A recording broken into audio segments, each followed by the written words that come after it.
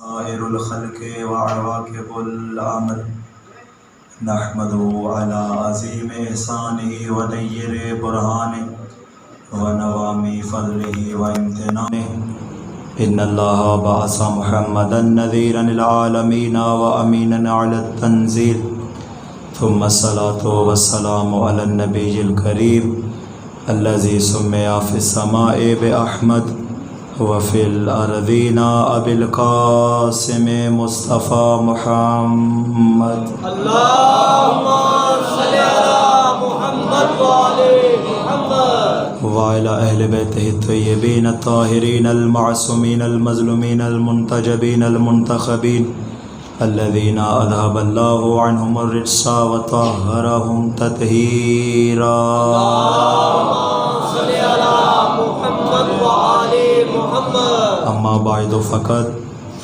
قال الله تبارك وتعالى في محكم كتابه ومتقن خطابه بسم الله الرحمن الرحيم ولو أن ما في الأرض من شجرة أقلام والبحر يمده من بعده سبعة أبحر ما نفدت كلمة الله صلوات اللهم صل على محمد وعلى محمد سامنے دیوکار ارباب فکر و دانش، سلسلہ گفتگو آپ کے اذہان عالیہ میں محفوظ و تحریر ہے کہ ہماری گفتگو چل رہی ہے فضائل مرتضیٰ کے عنوان سے، اور اس کی اب تک ہم 5 کڑیاں مکمل کر چکے ہیں اور الحمدللہ آج ہماری 6ٹھی مجلس ہے۔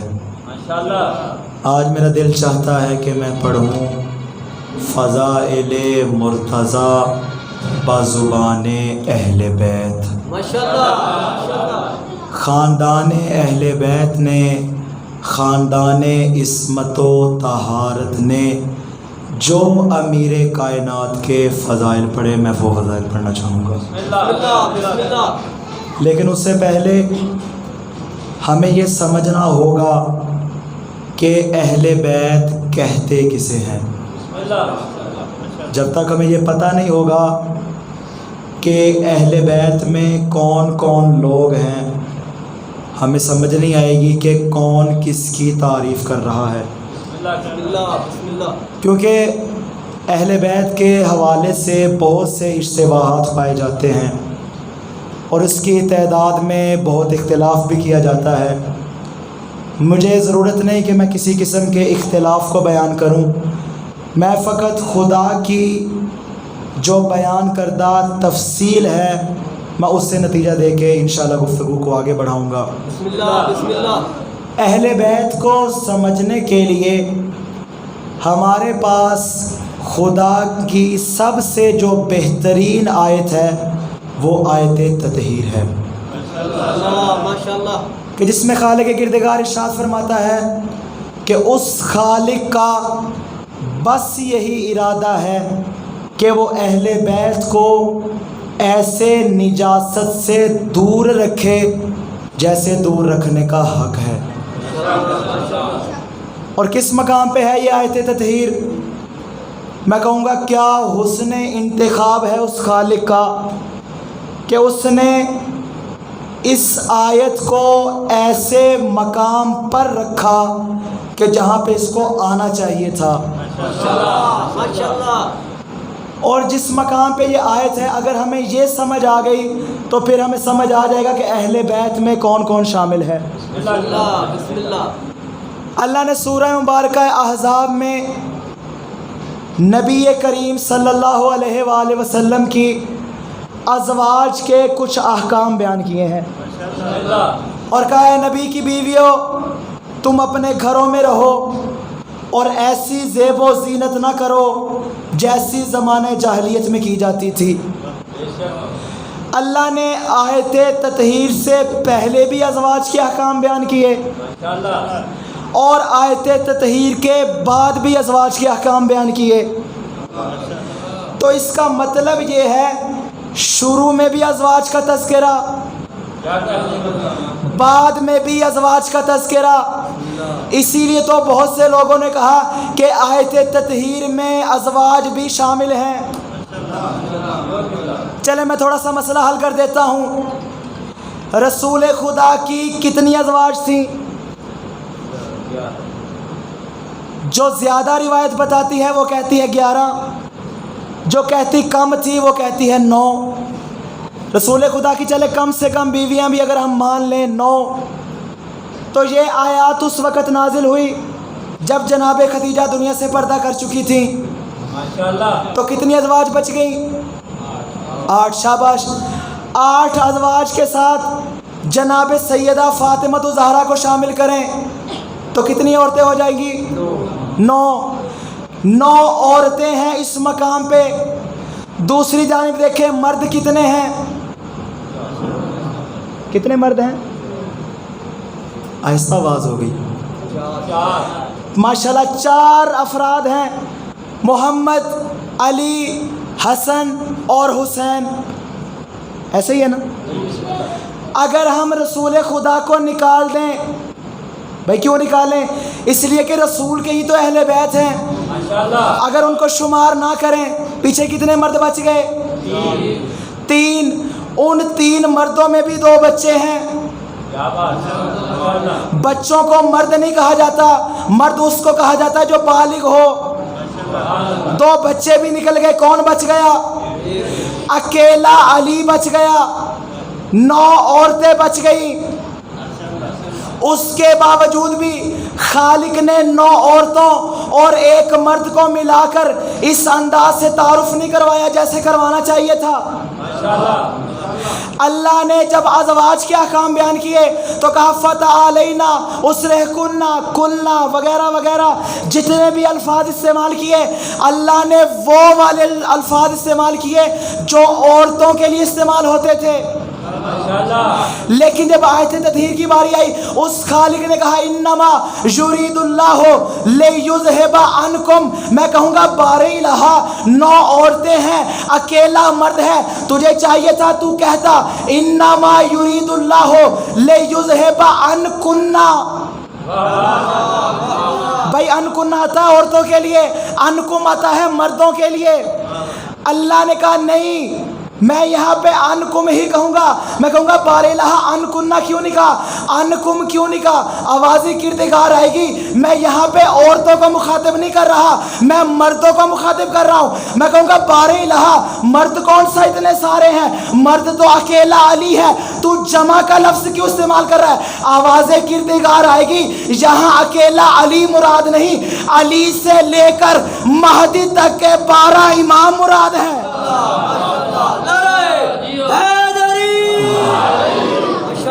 علی سے لے کر مہدی تک کے 12 امام ہیں جن کو وہ خالق کہہ رہا ہے میں تمہیں نجاست سے دور رکھوں گا. اب بات واضح ہو گئی کہ اہل بیت میں کون کون شامل ہیں. اب آگے بڑھتے ہیں. اہل بیت کا مرکز کون ہے؟ اہل بیت کا وہ سینٹرل پوائنٹ کون سا ہے؟ اگر ہمیں وہ سمجھ میں آ گیا پھر ہم اس کی زبان سے سنیں گے علی کے فضائل. موضوع یاد رہے نا، ہم اپنے موضوع سے تو نہیں ہٹیں گے. موضوع ہے فضائل مرتضی بازبان اہل بیت. اب ہمیں سمجھنا ہے اہل بیت کا مرکز کون ہے. جب مرکز سمجھ میں آ گیا پھر ہم اس کی بارگاہ میں جائیں گے اور کہیں گے ہمیں علی کے فضائل بیان کرو. اللہ نے جب اہل بیت کا تعارف کروایا، حدیث قصہ کے ذہنوں میں یہ میرے سامنے بھی پڑی ہوئی ہے. حدیث قصہ میں جب جبرائیل امین نے سوال کیا تھا یا رب ومن تحت القصہ، بار الہ اتنا بتا دے چادر کے نیچے ہے کون؟ خدا نے کس انداز میں تعارف کروایا؟ ہم فاطمہ تو و ابوہا و بعلوہا و بنوہا. وہ فاطمہ ہے، فاطمہ کا باپ ہے، فاطمہ کے بیٹے ہیں، فاطمہ کا شوہر ہے. میں ہاتھ جوڑ کے کہوں گا بار الہ تجھے چاہیے تھا رسول سے تعارف کرواتا. بھائی رسول سے بڑی تو کوئی ہستی نہیں اس کائنات میں. تجھے چاہیے تھا رسول سے تعارف کرواتا، لیکن تو نے مرکز فاطمہ کو قرار دیا. بھائی یہ تو تھی گھر کی بات. جب گھر کی بات آئی اللہ نے گھر میں جتنے بھی فضائل بیان کیے اس کا مرکز جناب سیدہ کو قرار دیا. اور جب گھر سے باہر مباہلہ کی باری آئی وہاں بھی مرکز فاطمہ کو قرار دیا. آگے آگے محمد ہیں، اطراف میں حسنین ہے، پیچھے علی ہے، درمیان میں فاطمہ ہے. تو نتیجہ یہ نکلا گھر میں فضائل ہو تو بھی مرکز فاطمہ، گھر کے باہر کے فضائل ہو تو بھی مرکز فاطمہ. میں کہوں گا بار الہا اتنی بڑی ہستیوں کو چھوڑ کے تو نے فاطمہ کو مرکز قرار کیوں دیا؟ تو آواز کردگار آئے گی، بعد میں بہت سے لوگ آ جائیں گے جو اپنا رشتہ اہل بیت سے جوڑنا چاہیں گے.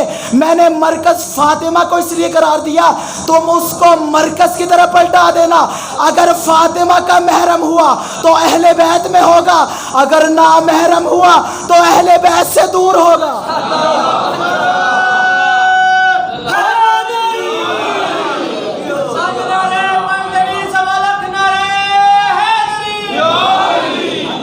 سیدہ طاہرہ فاطمہ بلندتر صلوات. سلامت رہیں آپ لوگ، خدا آپ کی زمانوں میں مزید تاثیر پیدا فرمائے. تو معلوم ہو گیا اہل بیت کا مرکز کون ہے؟ جناب سیدہ. اب پوچھتے ہیں جناب سیدہ سے کہ علی کے فضائل کیا ہیں.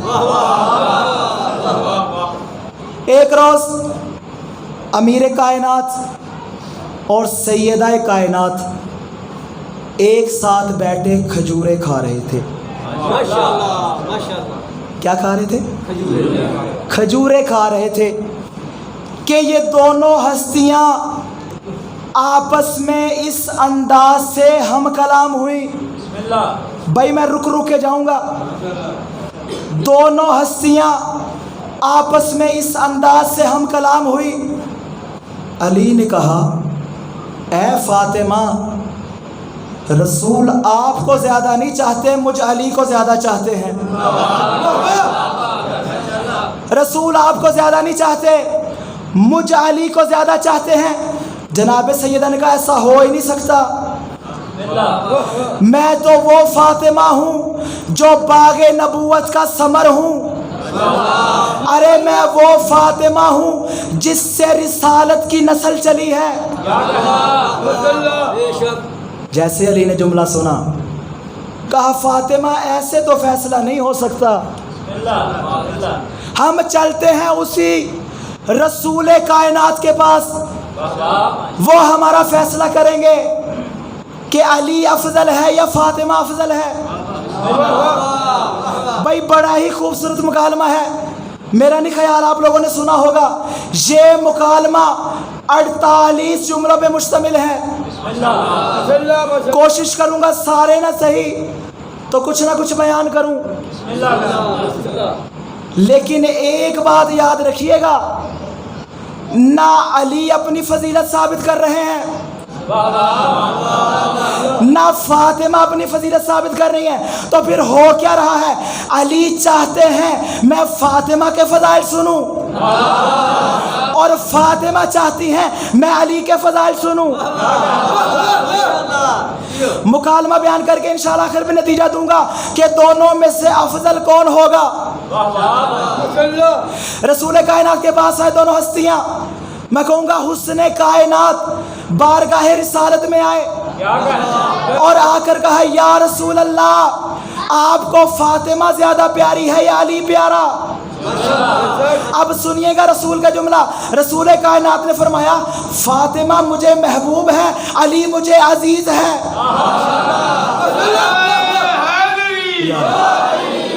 فاطمہ مجھے محبوب ہے، علی مجھے عزیز ہے. علی نے جیسے سن کے کہا فاطمہ میں نے تمہیں نہیں کہا تھا میں علی فاطمہ بنت اسد کا بیٹا ہوں. جناب سیدہ نے سنا، کہا فاطمہ بنت اسد کے بیٹے ہیں تو کیا ہو گیا، میں خدیجہ کی بیٹی ہوں. مولا کائنات نے سن کے کہا اے فاطمہ میں صفا کا بیٹا ہوں. بی بی نے سن کے کہا صفا کے بیٹے ہیں تو کیا ہوا، میں سدرۃ المنتہا کی بیٹی ہوں۔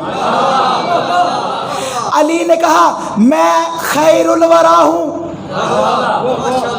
جناب سیدہ نے کہا میں وہ ہوں میں اس کی بیٹی ہوں جس کا قصیدہ خالق نے قرآن میں اس انداز سے پڑھا، دنا فتدلا فکانا کعبہ قوسین و ادنا۔ علی نے سنا، کہا فاطمہ میں محسنات کا بیٹا ہوں۔ جناب سیدہ نے کہا علی پھر کیا ہوا، میں محسنات کی بیٹی ہوں۔ علی نے کہا اچھا فاطمہ میں دنیا میں اس مقام پہ آیا ہوں جو دنیا کا سب سے بلند ترین مقام ہے، جس کو خالق نے کعبہ کا نام دیا۔ جناب سیدہ نے کہا تو پھر کیا ہوا، خالق نے عرش کی بلندیوں پر میرا آپ کے ساتھ نکاح پڑھا، اور صرف نکاح نہیں پڑھا بلکہ آسمان کو میری ملکیت میں دے دیا۔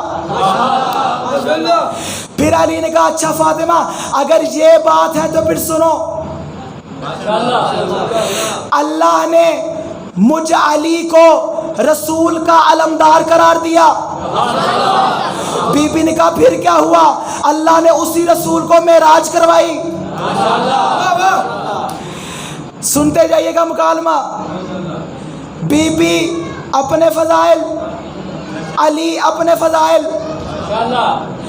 آگے بڑھ کے کہا، علی نے کہا ہے فاطمہ جانتی ہو میں کون ہوں، میں صالح المومنین کا بیٹا ہوں۔ جناب سیدہ نے کہا پھر کیا ہوا، میں خاتم النبیین کی بیٹی ہوں۔ علی نے کہا میں قرآن کا گواہ ہوں۔ جناب سیدہ نے کہا میں تعویل قرآن کی زوجہ ہوں۔ علی نے کہا اے فاطمہ میں ایسا درخت ہوں کہ جو طور سینا سے نکلتا ہے۔ جناب سیدہ نے کہا یا علی میں وہ درخت ہوں جس کا پھل ہر زمانے میں ملتا ہے۔ میں ایسا پھل ہوں، میں ایسا درخت ہوں جس سے حسن و حسین جیسے پھل نکلتے ہیں۔ میں قربان جاؤں عظمت سیدہ پہ، بی بی ایسی عظیم ہستی ہے کہ خالق لم یزل ولا یزال نے بی بی کو دو طرح کی نسلیں عطا کی، ایک ان کو عرشی نسل عطا کی، ایک فرشی نسل عطا کی۔ جو عرشی نسل تھی وہ چہاردہ معصومین قرار پائی، جو فرشی نسل تھی وہ سعادات قرار پائی۔ ایسا ثمر آور ہوا یہ درخت، کائنات کے کسی بھی گوشے میں چلے جاؤ تمہیں کوئی ایسی جگہ نہیں ملے گی جہاں پہ کوئی سید نہ ہو۔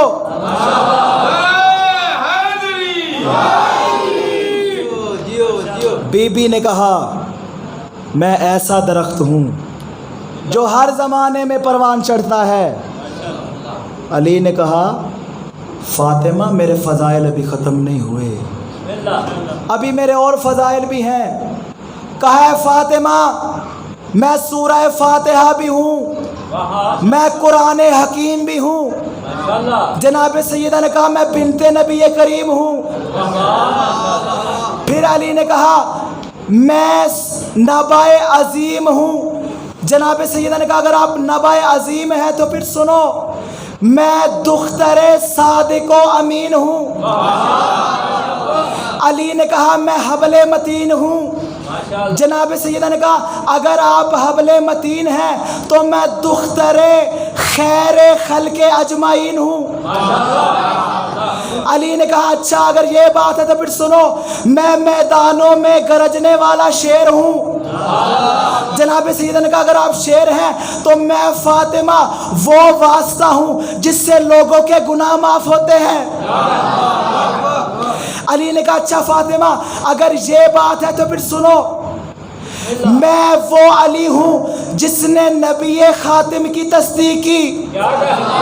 جناب سیدہ نے کہا اچھا اگر آپ نے تصدیق کی ہے تو میں اسی نبی کی بیٹی ہوں جو عالمین کا سردار ہے۔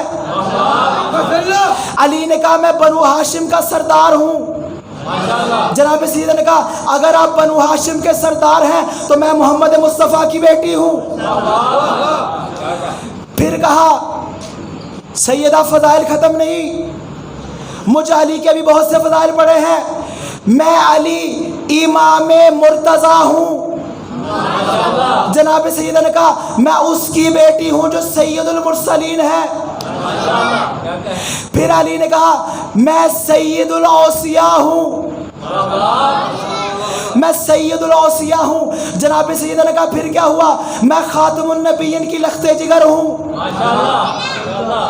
علی نے کہا فاطمہ میں وہ واسطہ ہوں جو کبھی رد نہیں ہوتا۔ جناب سیدہ نے کہا یا علی یہ تو کوئی فخر کی بات نہیں، میں بھی وہ واسطہ ہوں جو رد نہیں ہوتا۔ پھر آگے گفتگو بڑھی۔ علی نے کہا اس پوری کائنات میں مجھ علی سے بڑا شجاع کوئی نہیں۔ جناب سیدہ نے کہا پھر کیا ہوا؟ میرے بابا جیسا اس کائنات میں کسی کا بابا نہیں۔ سنتے جائیے گا مکالمہ، میں بالکل آرام آرام سے چاروں سے نتیجہ آخر میں دوں گا۔ علی نے فرمایا، کہا میں میدانوں میں لڑنے والا دلیر سپاہی ہوں۔ جناب سیدہ نے کہا میں اس کی بیٹی ہوں جو شافی روضے محشر ہے۔ علی نے فرمایا، کہا میں قسیم النار والجنہ ہوں۔ جناب سیدہ نے کہا میں محمد مختار کی بیٹی ہوں۔ پھر اس انداز میں علی آگے بڑھے، کہا فاطمہ سنو، میں وہ علی ہوں جو اصحاب رقیم سے کلام کرتا ہے۔ جناب سیدہ نے کہا میں اس کی بیٹی ہوں جس کو خالق نے رحمت کونین بنایا ہے۔ علی نے کہا فاطمہ میں وہ علی ہوں جس کو خالق نے اپنے قرآن میں انفسنا کہہ کے نفس رسول کے نام سے یاد کیا۔ فاطمہ نے کہا یہ کوئی فضیلت نہیں، اسی خالق نے اپنے قرآن میں مجھے نسائے رسول کے نام سے یاد کیا، اور صرف مجھے نہیں بلکہ میرے بیٹے حسن و حسین کو رسول کے بیٹوں سے یاد کیا۔ توجہ ہے عزیزان گرامی؟ بسم اللہ۔ علامہ کی صحت و سلامتی کے لیے بلند تر صلوات۔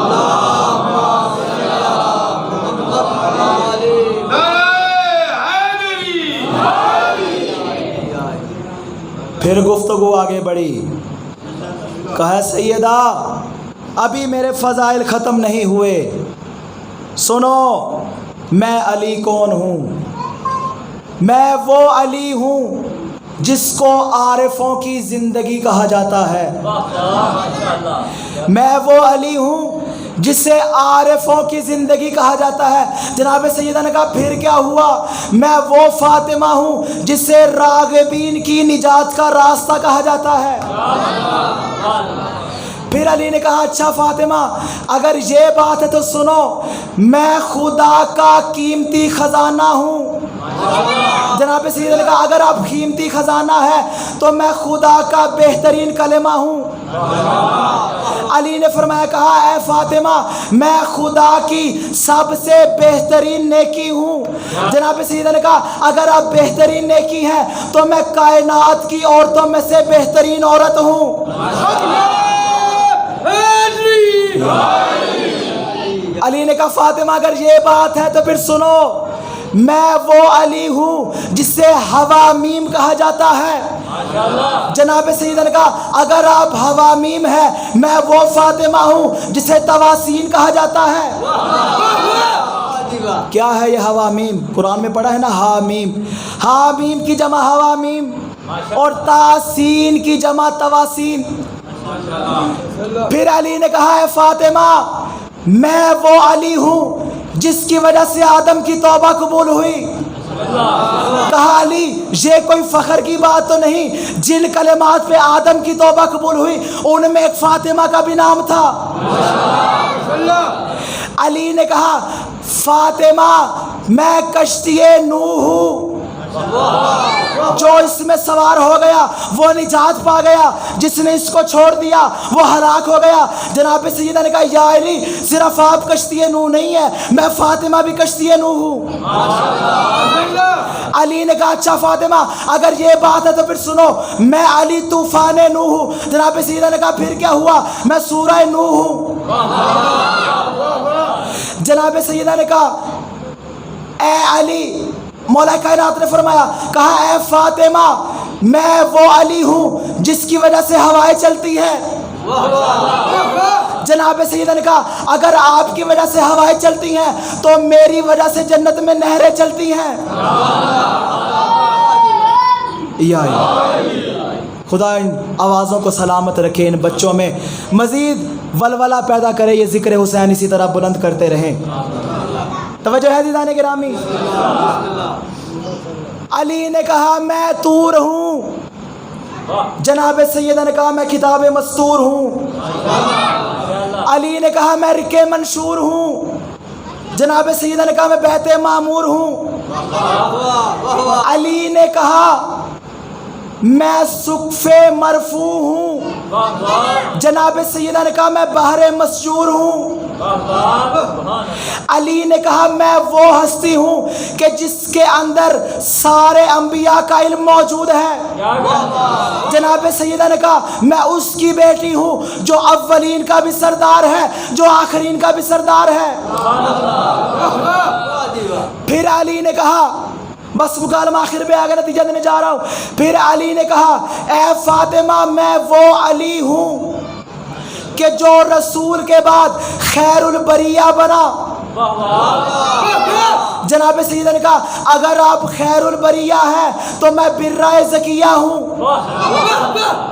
اب رسول بیٹھے اس مکالمے کو بڑے غور سے سن رہے تھے.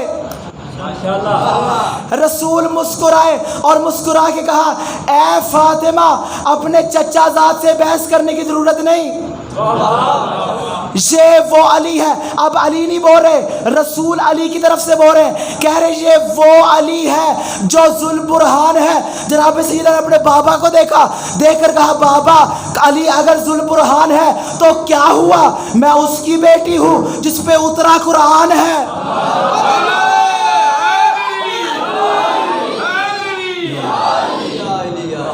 علی نے کہا میں وہ صحیفہ ہوں جو آسمان سے نازل ہوا. جناب سیدہ نے کہا اگر آپ صحیفہ ہیں تو میں اس پوری کائنات کا شرف ہوں.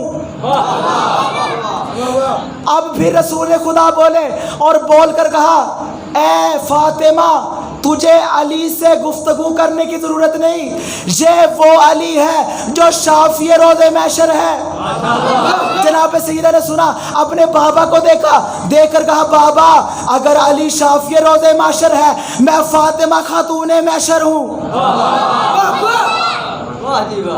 گفتگو اس انداز سے چلتی رہی. علی نے کہا میں ولی زلفا ہوں، سیدہ نے کہا میں خمسائے حسنہ ہوں. علی نے کہا میں نور الورا ہوں، سیدہ نے کہا میں فاطمۃ الزہرا ہوں. جناب سیدہ بلند تر صلوات.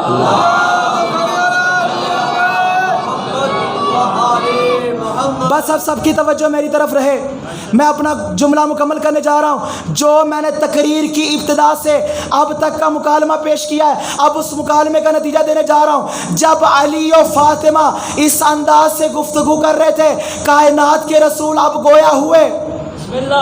اب رسول نے نہ علی کی حمایت کی نہ فاطمہ کی حمایت کی، بلکہ کہا بیٹی فاطمہ اپنی جگہ سے بلند ہو اور جا کے علی کے سر کو چومو. جناب سیدہ اٹھی اور اٹھ کے علی کے سر کو چوما. رسول خدا نے فرمایا، کہا فاطمہ اور علی تمہارا یہ مکالمہ جبرائیل و میکائیل و اسرافیل و اسرائیل 4000 ملائکہ کے ساتھ علی ابن ابی طالب کی حمایت کر رہے ہیں، اور دردائیل 4000 فرشتوں کے ساتھ اس منظر کو دیکھ رہے ہیں. اے فاطمہ تو کبھی علی کی برابری نہیں کر سکتی. ابھی جملہ مکمل نہیں ہوا، جناب سیدہ بلند ہوئی، علی کے سر کو چوما، ہاتھوں کو جوڑ کے کہا یا علی اگر آپ کی شان میں فاطمہ نے کوئی گستاخی کر دی ہو تو فاطمہ کو معاف کیجئے گا. فاطمہ معذرت کرتی ہے، آپ کے بہت فضائل ہیں، میرے بھی بہت فضائل ہیں، مگر یا علی فاطمہ آپ کی برابری نہیں کر سکتی۔ اب جملہ آپ کی احباب کی اذہان کی نظر کروں، میری پوری تقریر کا نچوڑ یہ ایک جملہ ہے۔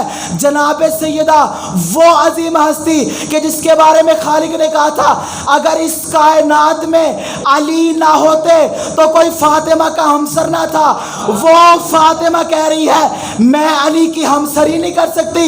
تو جب فاطمہ جیسی بے مثال علی جیسے بے مثال کی ہمسری نہیں کر سکتی تو عام انسان کیسے کہہ سکتا ہے کہ علی مجھ جیسا؟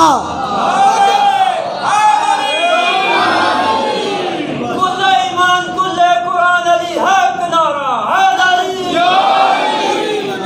محمد والے محمد لنگر صلوات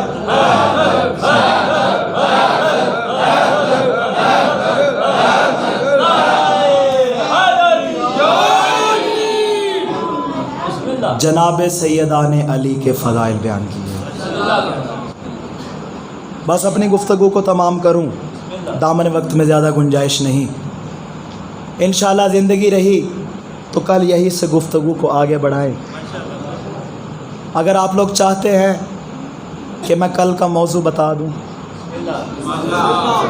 یا کل کو ہی بتاؤں؟ کل کو بتا دوں؟ نہیں، اتنا لمبا نہیں ہے، موضوع ہی بتانا ہے صرف۔ مکالمہ ہی لمبا تھا، موضوع لمبا نہیں۔ کل انشاءاللہ بیان کریں گے فضائل علی بازبان صحابہ۔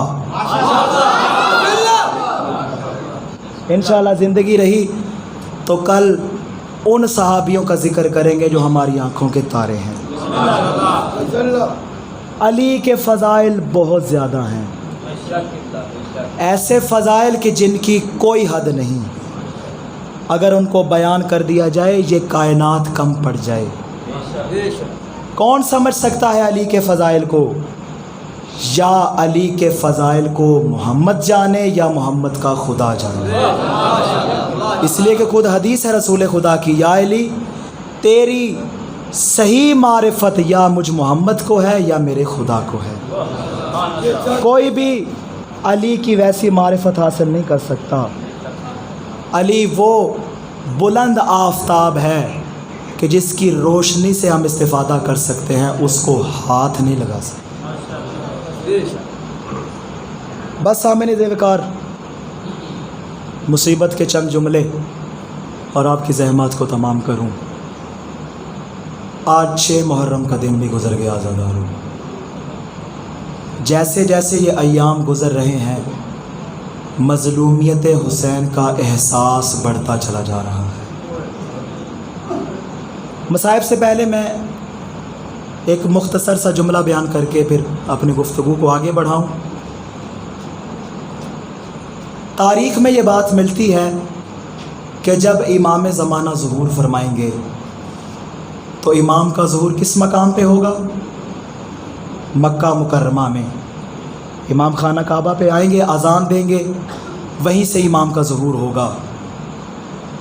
اور جب امام اپنے لشکر کو جمع کر لیں گے، تاریخ میں یہ بات ملتی ہے جس روز امام کا ظہور ہوگا وہ جمعے کا دن ہوگا اور وہ 10 محرم کا روز ہوگا۔ بعض روایات میں چہلم کا روز بھی ملتا ہے، چہلم کا روز ہوگا یا 10 محرم ہوگی۔ تو جب امام اپنے لشکر کو جمع کر لیں گے، امام مکہ سے سفر کریں گے۔ جانتے ہیں امام کہاں کا سفر کریں گے؟ امام مکہ سے عراق آئیں گے، اور عراق میں امام کس مقام پہ آئیں گے؟ امام کربلا میں آئیں گے۔ اور جیسے امام کربلا میں آئیں گے، امام جیسے کربلا داخل ہوں گے، لوگوں کا ہجوم امام کو رستہ دیتا جائے گا۔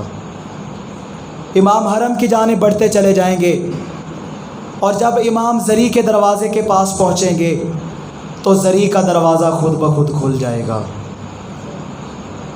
امام حرم کے اندر داخل ہوں گے، قبر مطہر کے پاس جائیں گے، ایک مرتبہ امام قبر کے اندر ہاتھ ڈالیں گے، ایک ننھا سا لاشا باہر نکالیں گے اور لوگوں سے سوال کریں گے، اے مسلمانوں بتاؤ علی اصغر کا کیا قصور تھا؟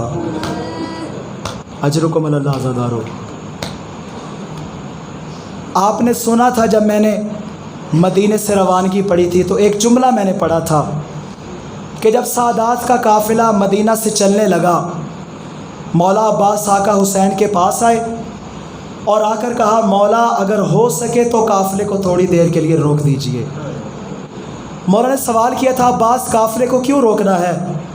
کہا مولا اگر ہو سکے تو ذرا پیچھے مڑ کے دیکھیے گا۔ جیسے ہی مولا نے پیچھے مڑ کے دیکھا، کم سن سغرا چلی آ رہی ہے، آواز دے کے کہہ رہی ہے مہلن مہلن یا ابتا، اے بابا اتنی بھی کیا جلدی ہے، ارے سغرا کو آخری بار الوداع تو کہہ دو۔ مولا حسین ایک مرتبہ قافلہ روکا، سغرا کو سینے سے لگایا، کہا سغرا کیا بات ہے، ابھی تو ہم نے تم سے وداع کیا تھا۔ جناب سغرا نے رو کر کہا بابا اگر ہو سکے تو تھوڑی دیر کے لیے علی اصغر کو میرے ہاتھوں پہ دے دو۔ عزیزانو سنو کہ جملہ، جناب سغرا نے اصغر کو ہاتھوں پہ لیا، اصغر کو پیار کرنا شروع کیا۔ جب تھوڑی دیر جناب سغرا پیار کرتی رہی، مولا حسین نے کہا اصغر میرے پاس واپس آ جا۔ اصغر مولا کے پاس واپس نہیں آتا۔ مولا نے پھر کہا اصغر میرے پاس آ جا، اصغر واپس نہیں آتا۔ ایک مرتبہ اللہ جانے مولا نے اصغر کے کان میں کیا بات کی، اصغر نے بہن کی آگوش چھوڑی، مولا کے پاس آ گئے۔ بی بی سغرا نے کہا بابا بے شک اصغر کو ساتھ لے جائیے، مگر بابا اتنا تو بتا دے آپ نے اصغر کے کان میں کیا کہا تھا؟ مولا نے کہا سغرا میں نے اصغر سے یہ کہا تھا اصغر بیٹا اگر تو مدینے میں رہ گیا تو کربلا میں تیرے حصے کا تیر کون کھائے گا؟ اجرکم اللہ زادارو۔ علامہ ذیشان حیدر جوادی صاحب فرماتے ہیں کہ پرانے زمانے میں جب بادشاہ کوئی خط تحریر کیا کرتے تھے تو اس خط کے آخر میں ایک مہر لگاتے تھے، اس مہر کا یہ مطلب ہوتا تھا کہ یہ خط فلاں بادشاہ کی طرف سے ہے۔ علامہ ذیشان حیدر جوادی صاحب فرماتے ہیں کہ جب مولا حسین نے کربلا میں اکبر بھی قربانی پیش کر دی، کربلا میں قاسم کی قربانی بھی پیش کر دی، اونا محمد کی قربانی بھی پیش کر دی، اصحاب و انصار کی قربانی بھی پیش کر دی، مولا نے عباس کی قربانی بھی پیش کر دی۔ اب یہ بتانے کے لیے کہ یہ ساری قربانیاں حسین کی طرف سے ہیں، مولا نے آخر میں مہر لگانے کے لیے اصغر کا انتخاب کر لیا۔ اصغر کو مولا نے قربان کر کے بتا دیا خدایا ایسی قربانی حسین دے سکتا ہے۔ بس عزادارو شب عاشور آ گئی، ہر خیمے میں بی بی اپنے بچوں کو تیار کر رہی ہے، لیکن عزادارو سنو کہ جملہ رباب کے خیمے کا منظر ہی الگ ہے۔ مولا حسین جب رباب کے خیمے میں آئے، رباب کو اللہ نے دو اولادیں عطا کی ہیں، ایک کا نام اصغر ہے، ایک کا نام سکینہ ہے۔ بی بی کبھی اصغر کو دیکھتی ہے، بی بی کبھی سکینہ کو دیکھتی ہے۔ مولا نے کہا رباب پریشان کیوں ہو؟ بی بی نے کہا مولا ہر بی بی اپنے لاڈلے کو تیار کر رہی ہے، رباب کے پاس کوئی قربانی نہیں جس کو وہ آپ کے لیے پیش کر سکے۔ عجب نہیں مولا نے کہا ہوگا رباب کل میدان کربلا میں اصغر وہ کام کرے گا جو قیامت تک کوئی نہیں کر پائے گا۔ سکینہ شام کے بازاروں میں تماچے کھائے گی، ارے کربلا کو اصغر فتح کرے گا، شام کو سکینہ فتح کرے گی۔